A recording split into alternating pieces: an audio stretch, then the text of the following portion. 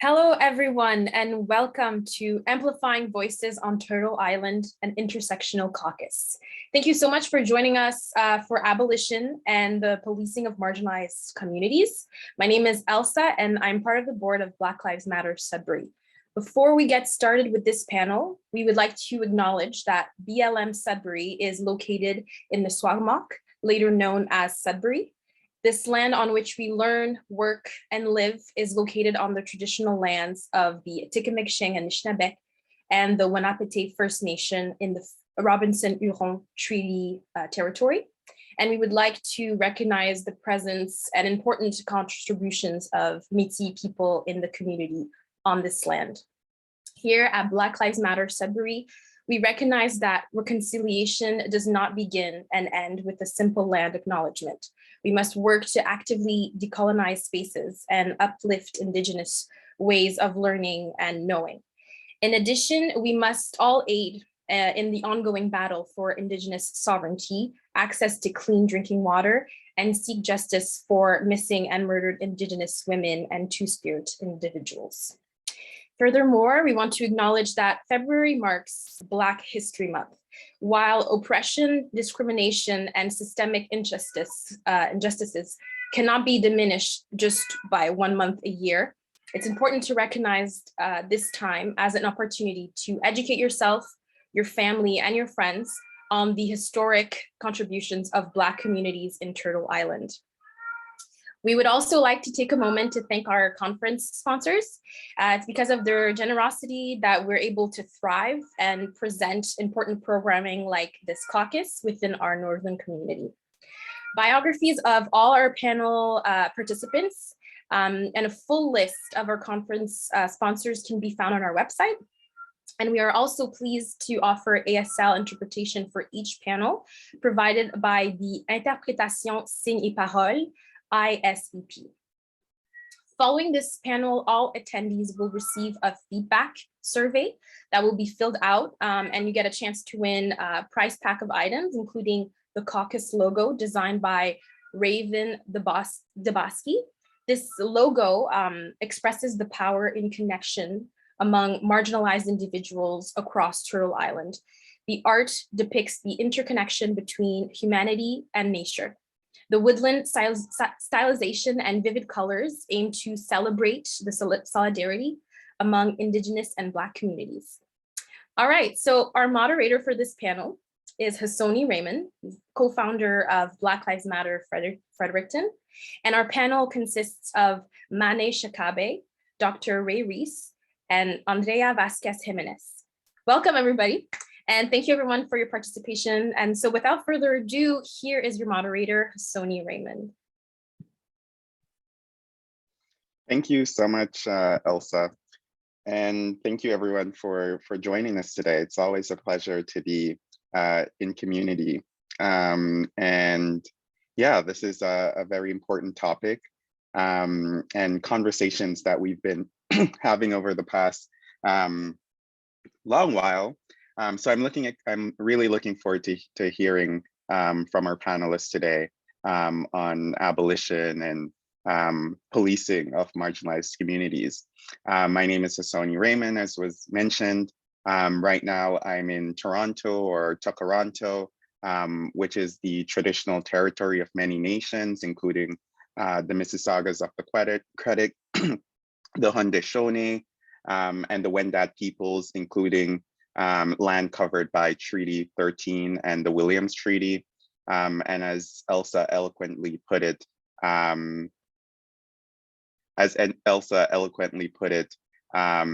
you know, we must continuously fight for Indigenous self-determination because it is interconnected with Black liberation. So without further ado, let's get into the first question that we have today. And the question is, what does abolition mean to you? And what does defunding the police mean to you? And we will start with Dr. Rai. Let's hear from you first on this first question. Thank you so much. Welcome, everybody. Thank you for having me. coming to you from Treaty 13, specifically Scarborough. This is a great question. It's an ongoing question. I'm going to start by saying that abolition is active. To me, it's active, it's evolving. It's not fixed. It's not a fixed theoretical or an active positionality. I think it really can provide an arc and a framework for asking challenging questions. And some of those challenging questions, of course, are what does defunding the police look like? Other challenging questions are, what are the roles and responsibilities of folks who are non-Indigenous occupying space on Indigenous land, right? The colonial histories connected to slavery for Black peoples and colonization and genocide for Indigenous peoples are going to inform an abolitionist framework. And that's really important to understand, that while there are solidarity movements and threads, connective threads that are incredibly important, it is also incredibly critical to understand the nuances and the positionalities of each of those groups and the impact that Canada has had as a white settler nation state, as a state that continues to perpetuate and promote genocide of Indigenous peoples.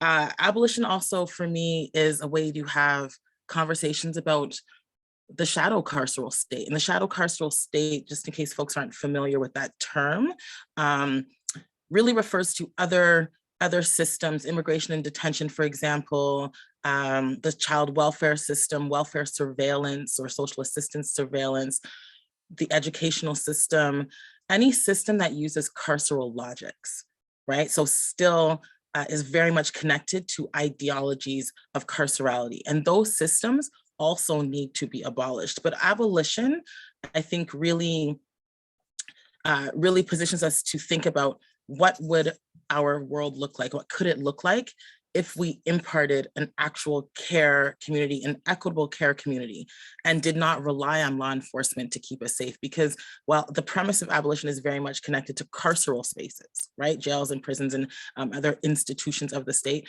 it is also very much connected to, as I mentioned, the shadow carceral state and the workings of those of the Canadian state in those spaces as well, right? So I think I'll start there. And hopefully, I'm excited about having this conversation and hearing other people's thoughts. Thank you so much, Dr. Ray. I really like what you mentioned in defining abolition as something kind of active and a framework to ask these difficult questions, and highlighting that abolition is rooted in care. And I want to hear what Andrea has to say about the question, which is, what does abolition mean to you, and what does defunding the police mean to you?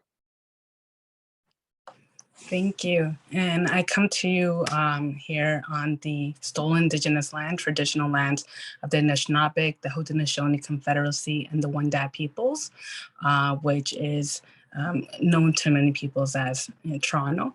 And so in regards to abolition, definitely I really want to jump in and speak about this particular topic through the entry point as a policing and police-free schools organizer. And what really has resonated with me is Ruth Wilson Gilmore, an abolitionist, a Black scholar, that speaks about abolition being about presence, not just about absence, right? About building life-affirming institutions, moving beyond just dismantling. And in regards to police-free schools and policing-free schools organizing, really much taking up the Alliance for Educational Justice, our U.S. partners, collective campaign definition. And I quote, it is dismantling school policing infrastructure, culture, and practice, ending school militarization and surveillance, and building a new liberatory education system. And so we believe as police and policing-free school organizers that removing police from our schools is very much a seed for removing them from our communities, and that we are abolitionists grounded in our respective freedoms. And collectively, police and policing-free schools, like abolition, is a practical organizing tool and a long-term vision that is very much equipped through via critical resistance. And so for myself, it really is, what Dr. Rai had mentioned, definitely echoing sentiments of what is it that we're building, not just necessarily dismantling. And so for myself, abolition is really about ensuring that we have healthy, life-affirming, transformative, equitable communities, right? And in regards to defunding the police, it really is just talking about, detasking, right?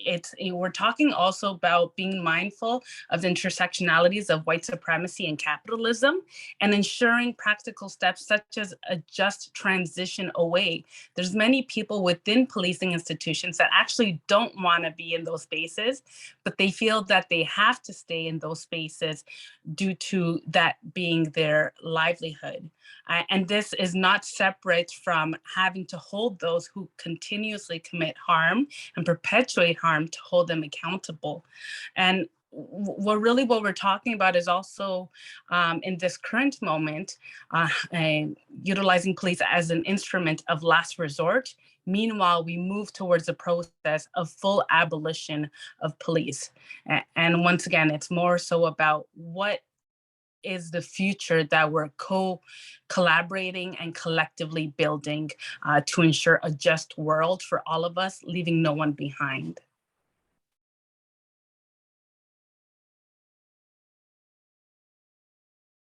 Thank you so much, Andre. I really appreciated your thoughtful answer to the question, and echoing the fact that abolition is about kind of building life-affirming institutions, and it's a long-term vision for collective liberation and the intersections that come with that. So now I'll hand it over to Ma-Nee. We want to hear your thoughts on what abolition means and what defunding the police means. Well, my name is Ma-Nee, and I'm here to talk about the policing. I don't understand big words everybody use like abolition. I never went to school long enough to know all the fancy word everybody uses. I'm sort of a person just plain plain English language. Even the plain English language, sometimes I don't have the correct exactly to say the perfect sentences but the way that I feel I understood abolition is to sort of get rid of or to bring it into my environment or to get rid of it from my environment. Now, I don't know which one it is. That's how I am understanding. Is that correct? Yes, that would be correct. So what does defunding the police or abolition, the policing system means to you? So I think you have definitely a good understanding of it. Okay, thank you. What I think of it is about the policing, defunding the police. I like the idea of defunding the police. I also like the idea of having, if we were to get rid of all the policing, I don't think that would work for all the people that live in the land here, because we do need somebody that needs to control some of these things, what people do in the society or in the whole area that we live. I want to say something about a long time ago, what my grandmother told me about people that first came to live here, which is the First Nations people, and they didn't have the police then. What they used to do with people what they did to the people a long time ago, how to make their environment really safe. If this person was not a safe person, was hurting people all the time, they would give this person a chance to recover or to work on himself or herself. and work with elders. And if that didn't work, nothing didn't work. So what they did was walk the person out of the community and gave him a backpack full of something to start his or her own life somewhere else in the bush, wherever she was going. And it was up to the Great Spirit to let that person to stay alive or whatever, and whatever happens will happen. And the community didn't take it on as they didn't feel guilty, because they did everything they could to try this person to be healthy and not be hurtful. So they didn't want that person to be hurtful anymore to the community. So they walked this person out of the community, and this person, it was up to him or her to survive out there in the middle of nowhere, wherever he went or she went. That's how they used to do these things in the past. They didn't take him and punish him. There was no, that was that kind of punishment, I guess. But to me, that was a good punishment, because the person had a chance to live somewhere else and didn't have to be punished in the community of people. And it was up to him or her to survive in the bush. And my grandmother often said, these people did, if they did survive, those are the people that become the woods people, the woodsmen or the woods women people, and they become alone in their own environment. And you hear different stories of people see people in the woods. Well, maybe that was those people. That was what she said. And then so in now today, to remove all the police, or to me, all the police, to remove them, it's not going to work. But if we can work with the head of the police that trains the police, to train them to respect the people that they're working with, because they're trained to kill. They go to this police school, and they're learning to become the killers. And they're giving them permission to kill people with the guns and all that stuff. So some police take it on as, yeah, now I'm powerful. I can do this, and I can go be this powerful person. I got the gun, and I have the right to do what I want to do with the person. Some people might mistake that, because maybe there's something wrong in mind. Maybe they have a mental kind of thing happening in their mind, and they're going to school, and this is how they see things. They don't see it as they don't see us as little people. They don't see us as people, human beings. They see us as an object. Exactly. A target to kill, intent to kill, or whatever. And there's some law enforcement that are pretty good. I work with some good policemen, which maybe one or two. I don't see too many of them in my community, but I do have one or two that are really trying to understand the people in my community here in Thunder Bay. The rest, I can't speak for the rest, because they're not, to me, they're not there for me to keep me safe. They're out there looking for somebody to hurt. That's how I see it. And that's how I see the police force. So defunding, to me, defunding is like not giving them any money to train their people. Well, maybe instead of defunding the money, they need to reorganize how to do the police work, how to make them, I don't know. I can't see the government spending money to defund the police or the big government or the incorporation people. They're the ones that are doing that. Yeah. Thank you so much. Oh, sorry.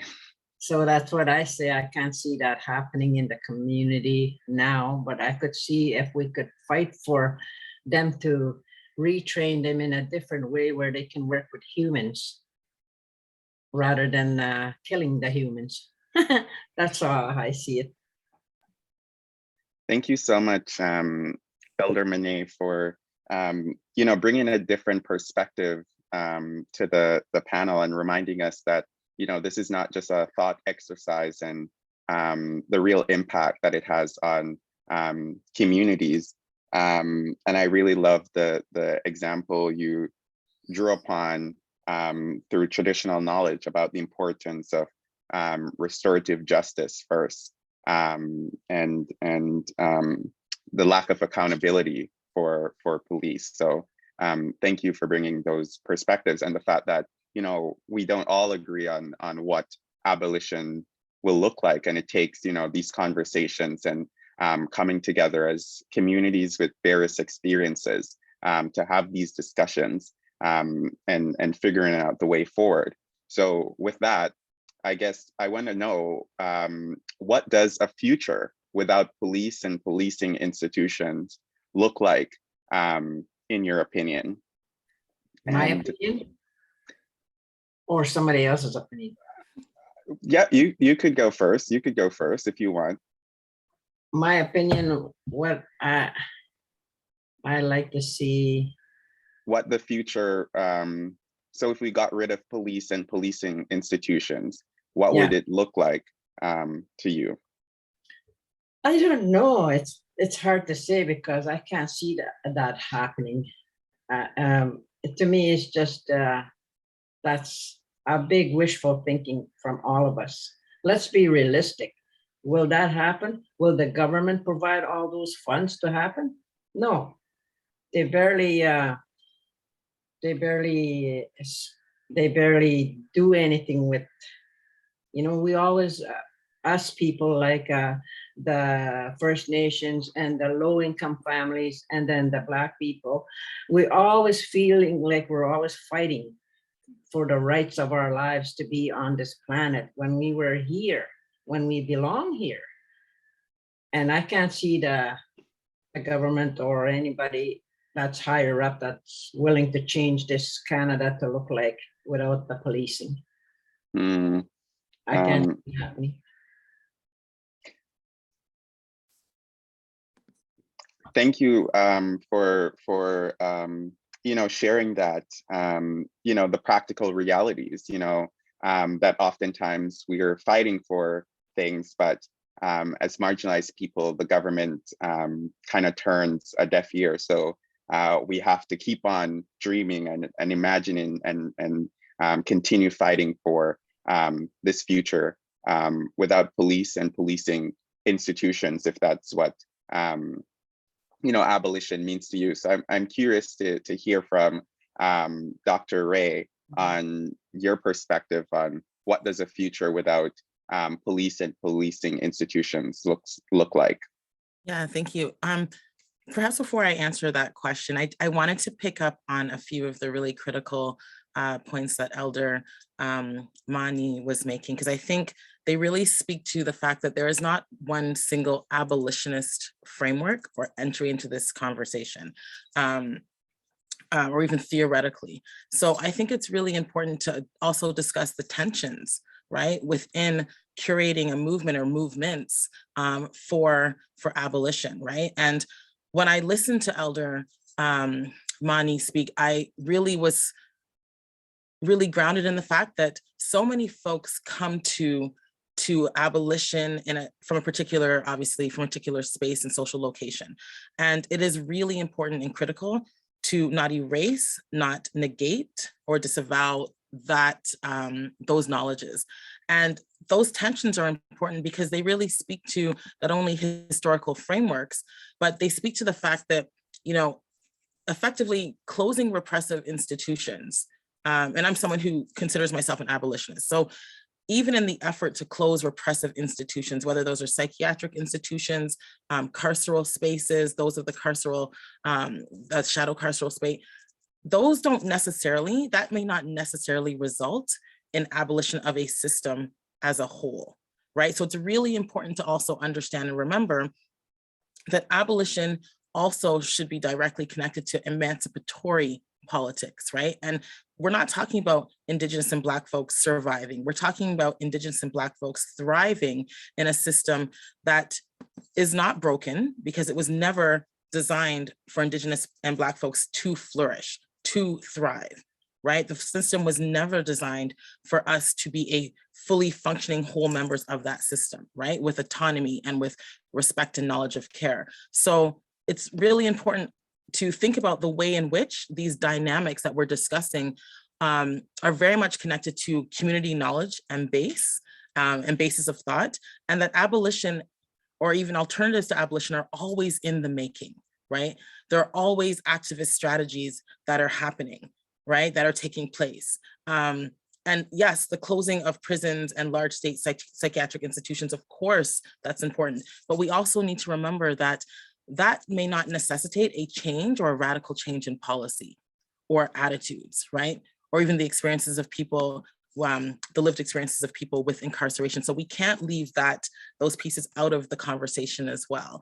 So that's why I just wanted to dovetail on what Elder Ma-Nee was saying, because I think it really highlights the critical way in which we have these conversations, and really an expansive way of thinking that abolition is not, as I mentioned, a single narrative. It's fluid, and it's moving, and it's embodied in so many different ways. So I wanted to add that piece before I answered your question, Husoni, which was what would the future, I think you were asking, what could the future look like? Is that correct? Yeah, so when I think about Black futurities, and I think about a lot of what Andrea was saying and what Elder Ma-Nee was saying around shaping and curating a life free of violence. That also means looking at state violence, right? So the impact of state violence. It means looking at and examining domestic violence within our communities and outside of our communities. And of course, domestic violence is connected to state violence, right? The historical nuances around that. So, I think of Black futurities, I think of a world without carceral spaces, very much connected to what Andrea was saying, really about, creating systems that don't rely on the effectual use of law enforcement, creating systems that respond to mental health challenges by looking at the roots of mental health challenges and issues like harm reduction and grief and loss, and curating spaces of care that are where people are able to hold and share in those spaces from a place of respect and love, right? Because one of the other pieces, and I think Gilmore Wilson talks about this as well, and Angela Davis talks about this, is that abolitionists are very much connected, or an abolitionist movement is very much connected to love, right? And that's not a utopian concept, that's not a cliche, but it's really about where we start our work, right? And acknowledging that there will be tensions and there will be disagreements. And that's the complexity of working towards a future that does not rely on state sanctioned violence or arms of the state to keep us safe. Because what we do know is, even with the history of prisons and carceral spaces, it has not eradicated domestic violence. It has not eradicated rape culture. It has not eradicated the school to prison pipeline. So we keep relying on these systems that have been designed to perpetuate genocide and hoping for a different outcome. And it's not happening. So I do believe that there are ways, and I really, respect what Elder Ma-Nee said around thinking about restorative justice and what that looks like in a communal sense. And it's going to look different for everybody, because we're all going to enter into this conversation from different entry points and different understandings, right? So I think of Black futurities as very much flourishing and active, and embodied in so many different ways. It's art activism, it's care of community, it's the way in which we work across and within difference. It's all those pieces. Thank you so much, Dr. Ray, for that really insightful kind of synopsis of what future could look like without policing and policing institutions. And I agree in highlighting, Elder Ma-Nee's kind of teachings, that, it's not a singular language, and it's, closing carceral institutions won't necessarily change societal attitudes and policy. So we have to embrace these difficult conversations as a community. But I also, like you highlighted, that abolition is about creating systems of care and love, and supporting each other rather than, you know, this idea of punishment. So I really look forward to hearing more of your thoughts on the other questions. And let's go to Andrea. What does a future without police and policing institution look like? So if we got rid of the police, and I feel like this is kind of, there's a lot of fear mongering around, you know, what the future without police would look like, which valid points, but I want to hear, what do you think our society could be or would look like without police and policing institutions? Thank you. And I definitely want to highlight on both something that Elder Ma-Nee had mentioned and also Dr. Rai.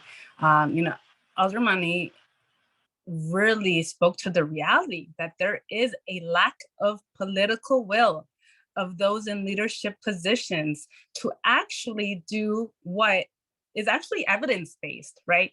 We know that detasking, moving away funds from policing and police expansion and actually supporting and investing in communities will actually support what Dr. Rai had mentioned, thriving communities, right? There's evidence-based that if we're looking at social determinants of health, social determinants of justice, actually investing to ensure food security, to ensure you know, secure housing, to ensure access to healthcare, moving beyond just, you know, hospitals and like what, you know, having alternative forms of healthcare, right? Dental care and so forth, having, you know, access to education, free education, and education that's actually, you know, culturally responsive and reflective of the communities that they're serving and are actually functioning in ways that are anti-racist, that are anti-oppressive, that are, once again, life-affirming. So we're talking about, you know, evidence-based of resolving systemic issues that actually incubates violence, that actually incubates survival mode for many within our communities, right? And so we're actually, in regards to a future without police and policing institutions, it's also really important for us to really, you know, as an expansion of what Dr. Rai had mentioned, provide nuances and complexities to what are we actually looking at as policing, right? Outside of these carceral institutions. And so I want us to also think about, and this is coming from lens as a policing free schools organizer, that, you know, when looking at policing within education, it's not just about the police and school programs, right? It's about the infrastructure, it's about the culture, and it's about practice, right? So there's a continuum of policing that, you know, we continue to see within educational spaces, such as educators and administrators contacting the police, right? We're seeing punitive disciplinary practices, suspensions and expulsions. We're seeing, you know, practices that are power and control over rather than power with, right? We're looking at, you know, cultures and practices within educational systems and also outside in community, because schools are a microcosm of community. We're seeing things placed in fear-based, control-based, punishment-based, surveillance. We're seeing dehumanization and disposability of peoples, right? And so it really is about not only looking at police and policing institutions, but how is it that how ourselves as community members, how we are policing each other, how we are policing ourselves, right? And it really brings it back to, once again, the lack of political will, right? And when we're thinking about it, and I think about it in regards to the words of James Baldwin, how much time do you want for your progress, right? How much time do you want for your progress?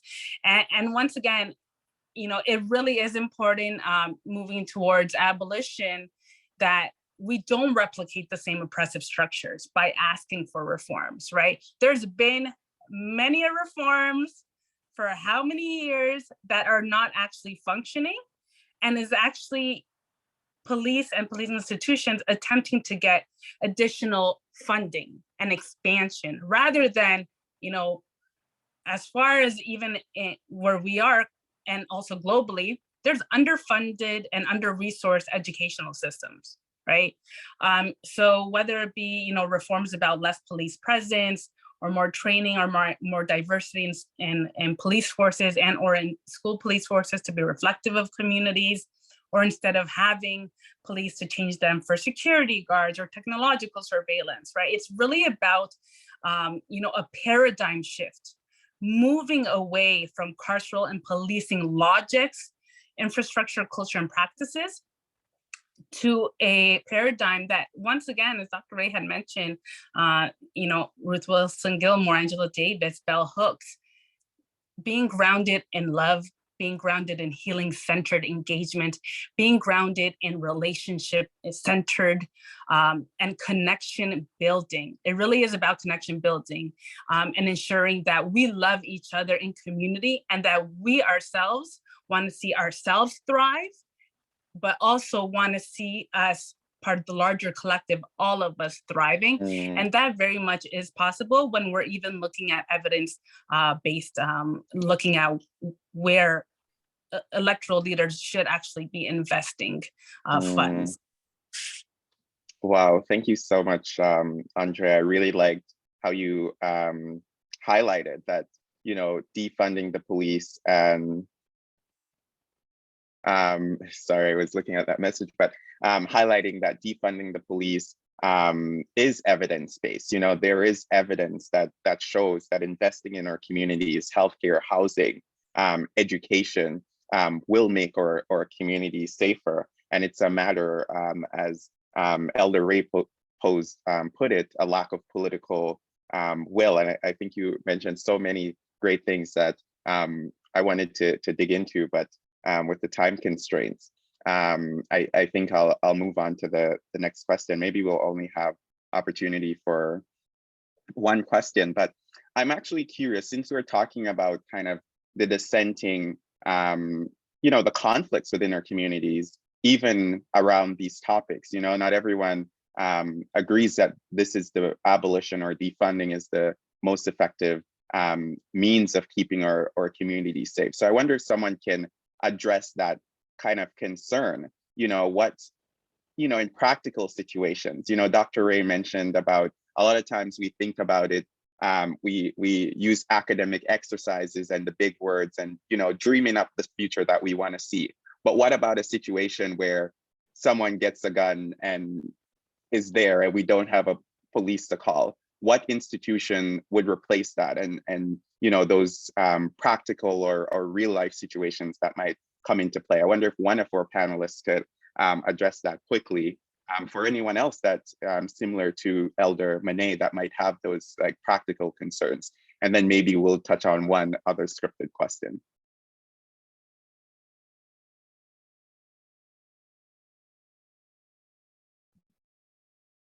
More than happy to pass the mic.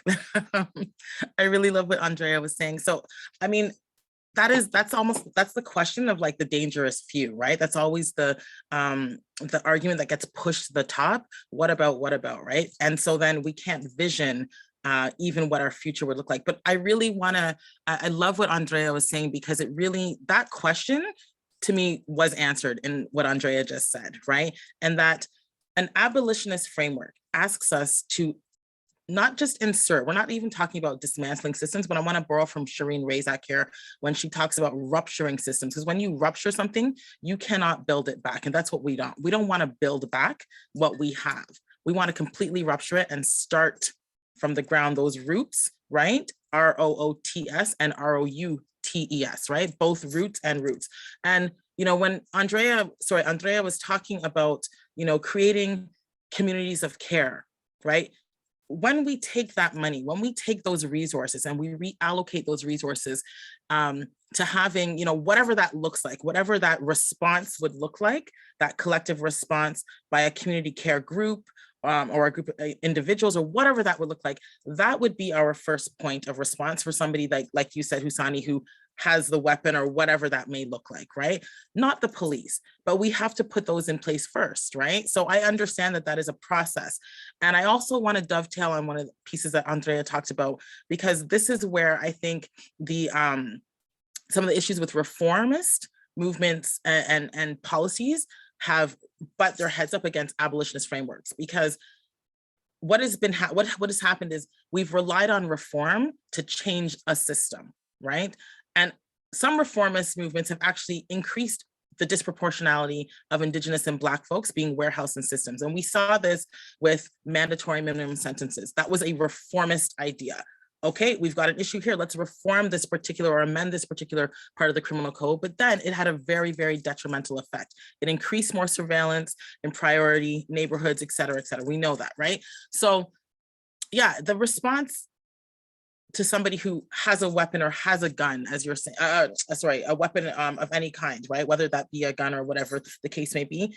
If we have the system in place to respond to that, then we're not relying on a law enforcement faction. And I think that's where people are struggling. We can't vision, or folks are don't have the political will, as Andrea mentioned and Elder Ma-Nee mentioned, to even insert that into the logics of their mind. What could that look like, right? If somebody has a weapon and they're imposing harm, yes, we need to protect individuals and community, right? And that is usually directly connected to an overarching system of state violence that has been enacted perhaps on that country, right? So we can't just, I'm always wary of these conversations because they, not this conversation, the question, it's a good question, but it's the mainstream narrative question that then supports white supremacy and keeping these systems in place, right? Yes. Yeah. I definitely agree. And thank you for, providing that insight. So the other question I had then, that was a question in response, for instance, to, what was happening in Ottawa recently, the occupation of Ottawa, and talking about how you see that occupation and how it might be affecting the conversation around disarming and dismantling and abolishing the police. And in that particular context, there was kind of this narrative that the police should go and, attack them and, whatever the police, the punishment. So in those situations, there's this idea that, when these threats come up, like who's going to respond? But I love that you put that we'll have, care institutions. And I wonder if anyone else wanted to comment on that in the context of the occupation of Ottawa, and how this might be affecting the conversation around disarming and defunding and dismantling the police. Elder Ma-Nee or Andrea?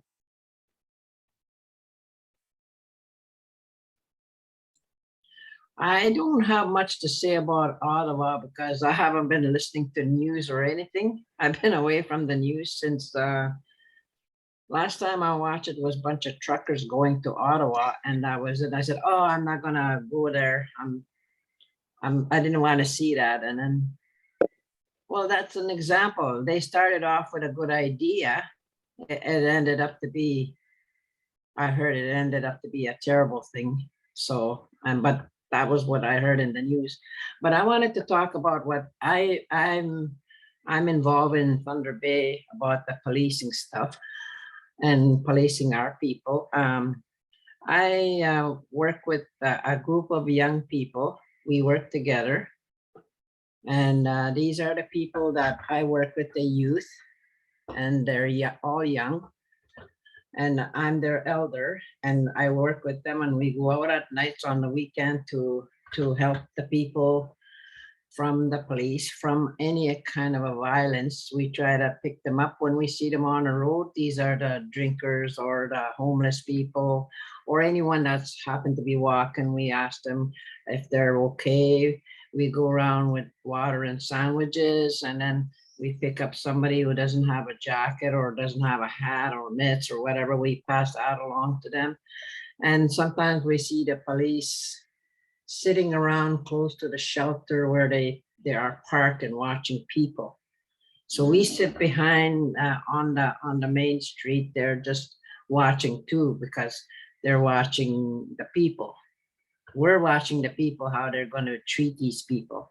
So that's what we do, but we don't intervene when the police is bothering, say somebody's drunk and they're grabbing them. And then if they do harm, then maybe I will report them the way they are. We don't just go over there and say, hey, what are you doing with that person? We don't do that.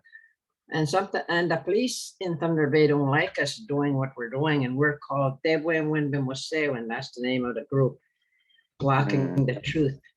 And then when I'm teaching these young people, when we're working together, I'm teaching them with love. I said, there's only one way to do this job, I said, is to work with love and tell people that you love them and respect them. You have to show that. You can't say, oh, you're a bad person, or you're terrible, or you don't, I said, we have to work with love. In our head, we have to love them and respect them. No matter what shape they're in, they're going to get it that you're there. We're there for them, I said. So that's the work that I do with these young people when we're working together. And they really understand. They really understand what I'm trying to teach them about love and respect when you're working with people. And it is working. And the police don't like us now because they think we're in the way. They're trying to find different ways to get rid of us. Sometimes they'll follow us and come and try to scare us, but we don't budge. We just say we're not doing anything. We're not doing anything harm. They can't grab us and take us somewhere because we're not doing anything. We're just sitting there where we're driving, and we're helping people, and we're giving them water and sandwich. So that's not a bad thing to do. So the police don't like what we're doing. And then also the drug people don't like what we're doing. They want us out of there. They don't want us to be involved in the community to help people, because we're disturbing what they're doing, like the druggies and the people that are doing drugs and passing it on to young people and or whoever, and selling the drugs to them, and then taking the women out of the community and go rape them somewhere. We've seen all those places where they take these people, what they do these things to the people. So they don't like us to be on a street either. So it's working what we're doing, but we're not harming anybody, and they know they can't touch us. So that's what we're doing in our community in Thunder Bay. I work with these young people, and we are called Tebwe-Nwinbe-Mosewen, Walking the Truth. That's the name of our group. Thank you so much, Elder Ma-Nee. I really appreciate every time you speak, because I feel like you really ground us and bring us back to community. And I love the way you spoke about care and love and compassion. And also, you gave a practical example of community accountability for police. And I really wish that we had more time to talk about, how do we get to this abolitionist or world without policing. But I see that we need to leave a few minutes for the Q&A. So thank you so much. And I think we'll end this portion of the panel now, and then open it up to questions from the audience.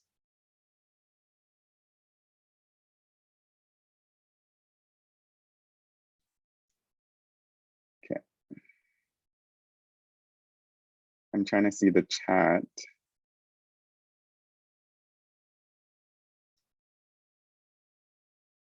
So there was, okay, yep, here it is.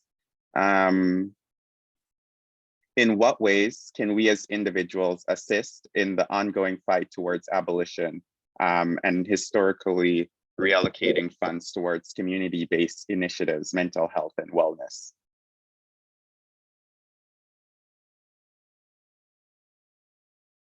So I'm not sure, let's go hear from Andrea. Andrea, we haven't heard from you in a little bit, and I definitely want to hear your thoughtful perspective on this. Yeah, I could definitely start us off. I think something is really important and very much interconnected is the reality that, policing free spaces actually do exist, right? They are in rich white suburban areas, right? So we have to understand that many of these things that we don't see as a reality potentially for ourselves is very much a reality for particular folks within particular spaces within a particular class, right? And for myself as an organizer, I think it's really important for each and every one of us to really acknowledge what privilege each of us have. And that also includes access to spaces, right?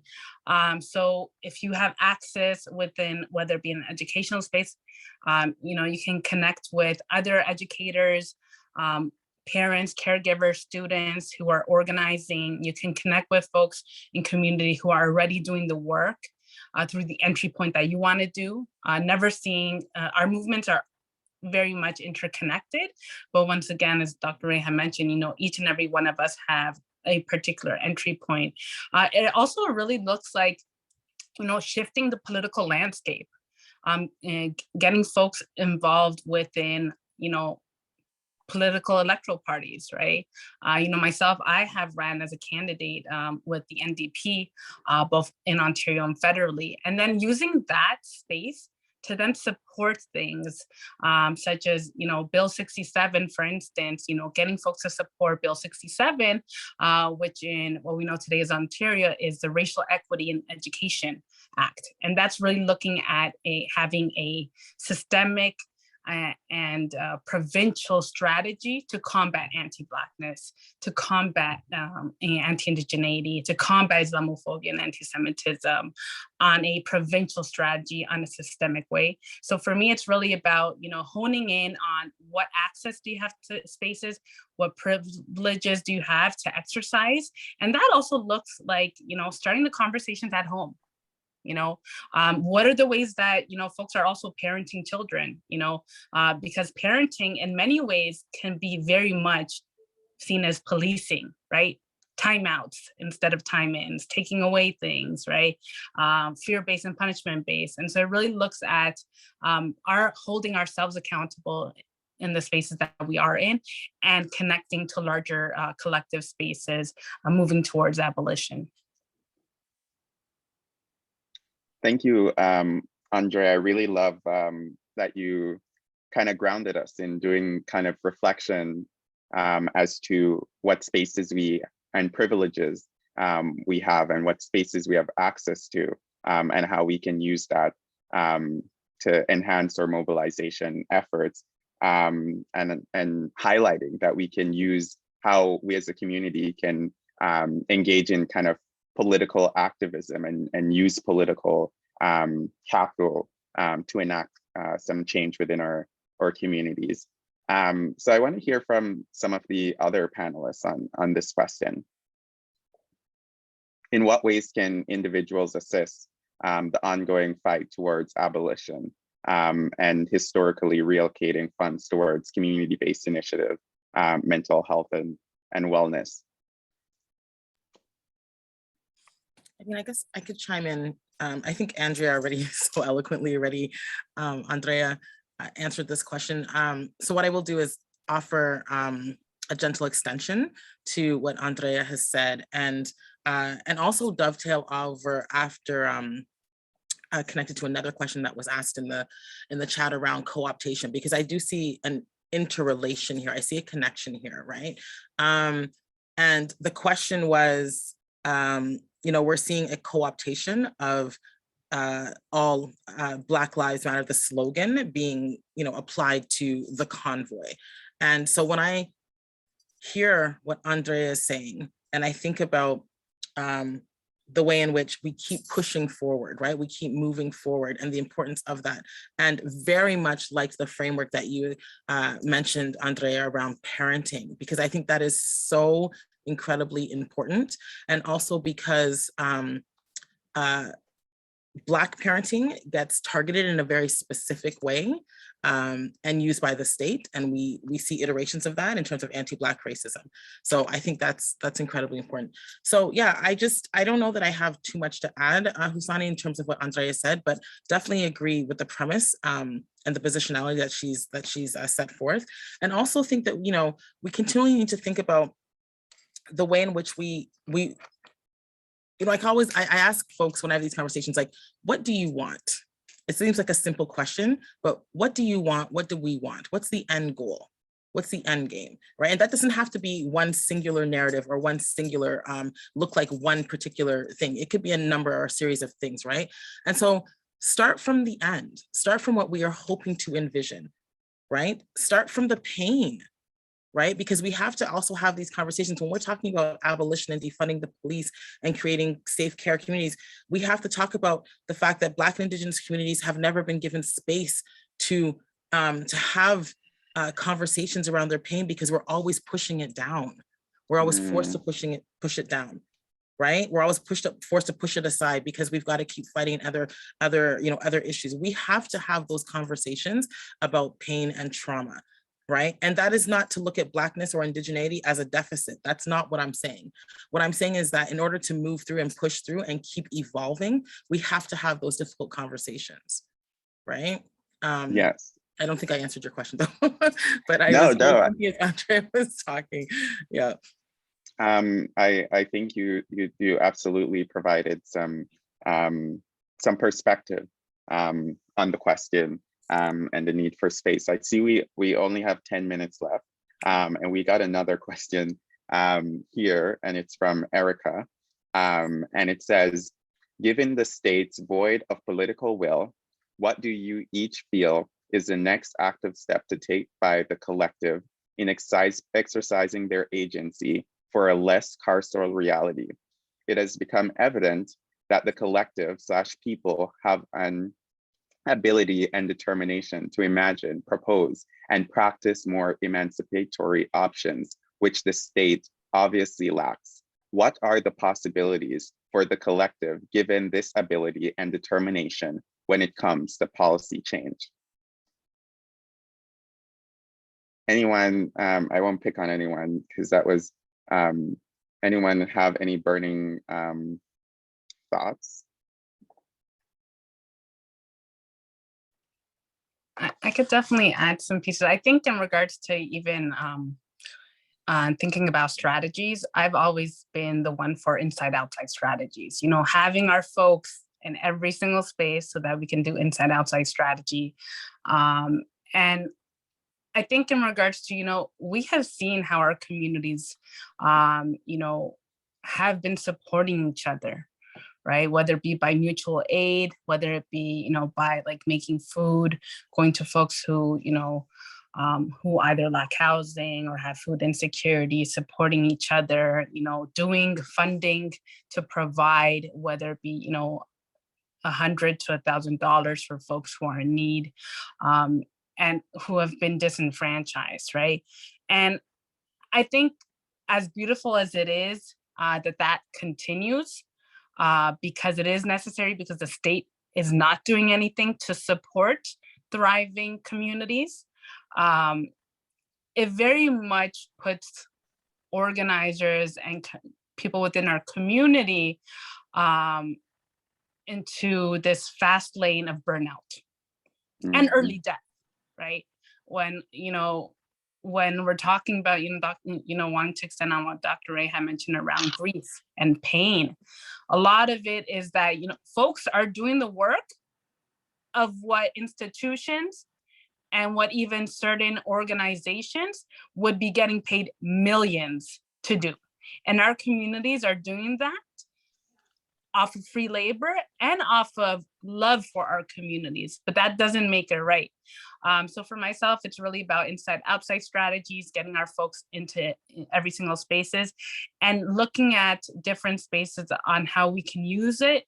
You know, being on front lines, being within particular organizational spaces, you know, using electoral politics as a tool, really once again, honing in that our movements are connected and we can't see each other as separate from each other in order to actually move towards abolition and emancipation for all of us. And I just wanted to add something in regards to the national narrative around and I call it a reoccupation of Ottawa, because we are on stolen Indigenous land, and all of this is already an illegal occupation, so it's an illegal reoccupation. And I think Elder Ma-Nee had hit it on the head when they were talking about how when they were looking for caring for their collective community, how that ideological framework of caring and supporting and creating healthy communities didn't actually coincide with the systemic policing institution, right? And what we see in Ottawa is not only is this quote unquote freedom convoy led by white supremacists, known white supremacists, the ideological framework is very much in this whole notion of individual freedoms, right? And very much a lot of folks looking at inconveniences as oppression, right? And how many of us who have been on the front lines have actually been hugged by police, have actually had police not do anything after almost a month, right? So the reality is that policing and those involved are protecting an ideological framework, which is fundamentally grounded in protecting private property, protecting like individual freedoms, and policing poverty, right? This is about, they're doing what their job is out to do. And folks that find it to be surprising that they're then actually arresting, well, that's what usually happens very quickly when it's Black, Indigenous, and Black Afro-Indigenous communities that are protesting. Mm. Wow, thank you, Andrea. And you said so many good things. I can't even summarize it considering the time constraints, but I really like how you highlighted the tangible things such as mutual aid and supporting our community members being each other's keepers. I like your perspective on the inside outside strategy and being in all the spaces, because also there's a lot of different perspectives on that within community. And yeah, I love how you mentioned that our movements are connected. If we can find, the interconnectedness between our movements and a common ground for collective liberation. Thank you. I wonder if... Sorry, can I just add one quick thing, super, super, super quick? Because yes. I got so inspired when Andrea was talking.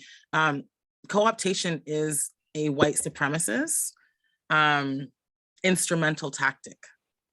It is strategically positioned, right? So when we see the language of BLM being used, right? Black Lives Matter, we see the, all, whatever the language is, like Freedom Lives Matter, or whatever they're using, that is specific and instrumental to the way in which white supremacy is designed to supplant and disavow and negate and erase all of the movements and the hardworking grassroots movements that we've been talking about today, right? That's tactical, right? And that sort of tactic is weaponized by the state.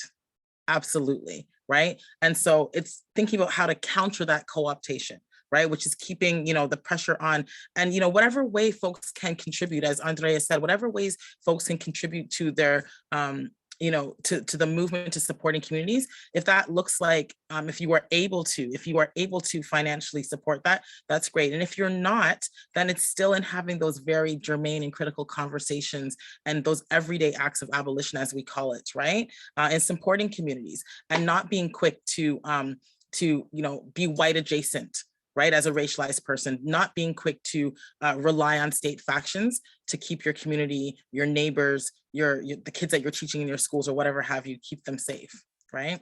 Just thinking, changing that, pivoting your lens and changing your positionality.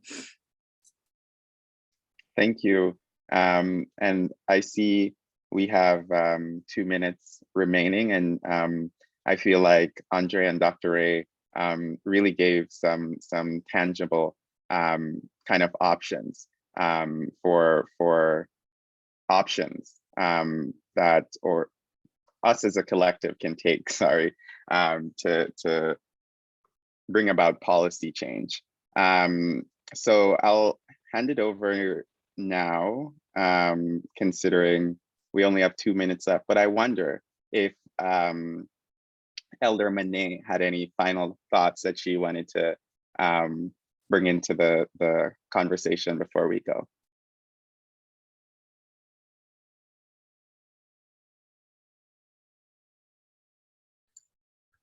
Well, I think what those two, Dr. Reece and Andrea had said is, I kind of agree with that too. So I don't have much to say except what I do in my community is working with people with love. And even with the policemen, like I said, I only had two nice policemen in my lifetime. So I know what it's like. And somebody's talked about working. Some people have lots of pain and sorrow, whatever it is. What we need to do, like, as if you're carrying lots of trauma in your own life, or anybody and then you're angry and you want to go and fight, I always suggest that you go work on your trauma first. That's what I did when I became an activist. I had to work on my trauma and all my things that I went through, all the abuse and all that stuff. I worked on it, and then I was able to work comfortably with other people and able to communicate, and there was no, it didn't block my thinking like the police is bad. Why, yes, I know they're bad, and I accept that part of them, who they are. They're mean and they're bad, and that part, but I was still working with them, but out with love from my part. And that's what works for me. And that's what I wanted to say. I love how we're ending today on what brings us here, the act of love that abolition is. And it's, fighting for a world that everyone is respected and has the right to self-determination and to flourish, or work as abolitionists or people who believe in abolition is grounded in that. So thank you so much. And the importance of working on ourselves and interrogating our own beliefs and our own traumas, and how that will actually allow us to do more meaningful work and be more compassionate to our community members and the people that we work with. So thank you so much, Elder Ma-Nee, for ending us or sending us off on that really good note. And that brings us to the end of the panel. Thank you so much to the panelists for providing such thoughtful and engaging answers to questions. And thank you to the attendees for listening and also asking such wonderful questions. And sorry we didn't have the time to get to all of them today, but now I'll just hand it over to Elsa for some closing remarks.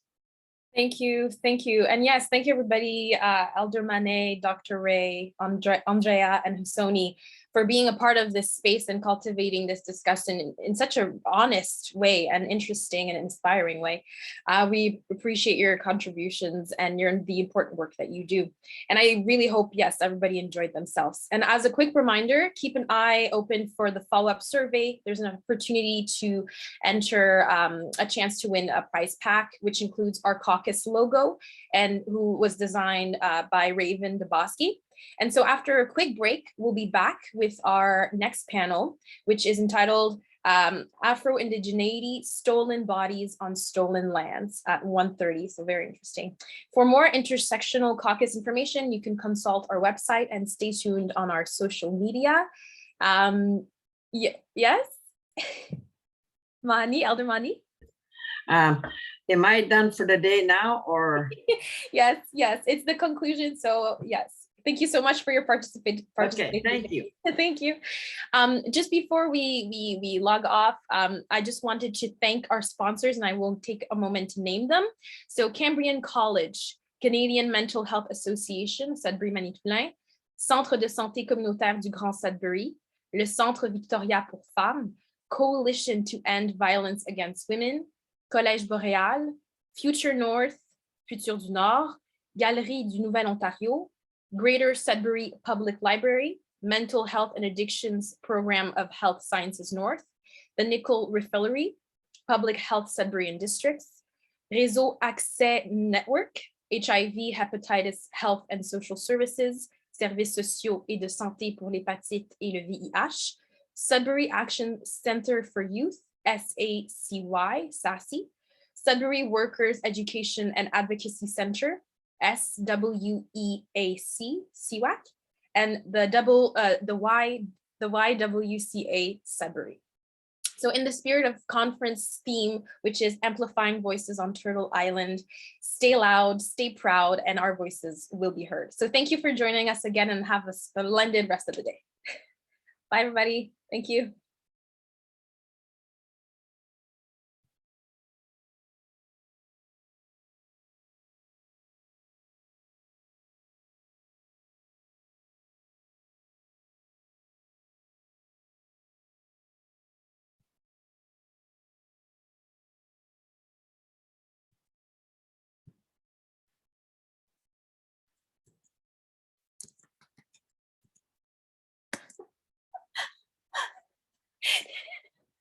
Oh, I'm not mute.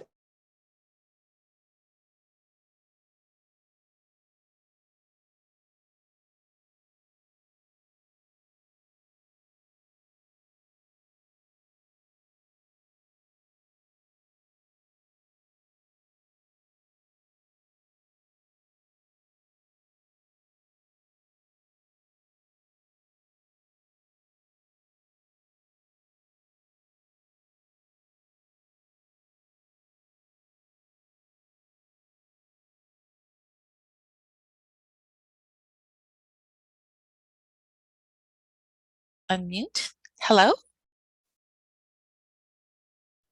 Yes, hi.